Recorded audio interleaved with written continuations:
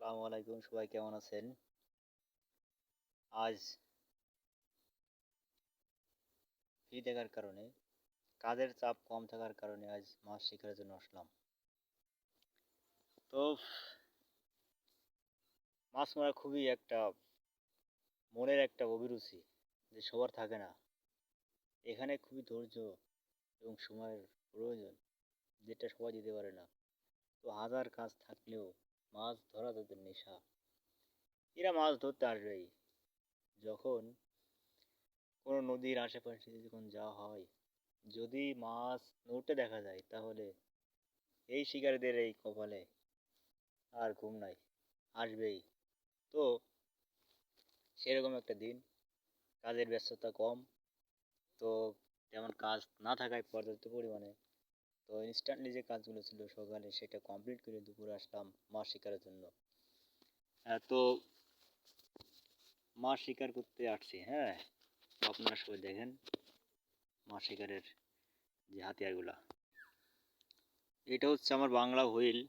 আহ, দেখেন আপনারা, আমার হুইল আছে তিনটা।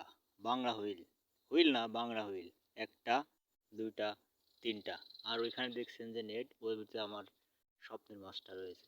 যেটা আমি পেয়েছি সেটা ওর ভিতরে রাখছি।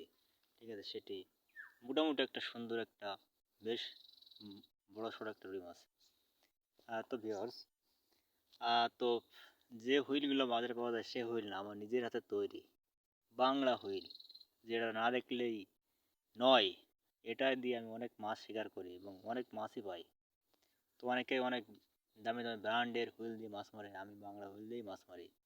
তো আমার হুইলগুলো দেখছেন সবাই, এটা। তো আমি মাছ মারতে আসছি হরিয়ার নদীতে, যশোর জেলার হরিয়ার নদীতে, ময়নাপুর থানায় অবস্থিত এটি। তো আপনারা দেখেন, এই নদীতে যে পরিমাণে মাছ রয়েছে, সে মাছের কথা তো আপনাদেরকে বলে বোঝানো যাবে না। তো শিকারীরা মাছ ধরতে পারছে না, ব্যর্থ।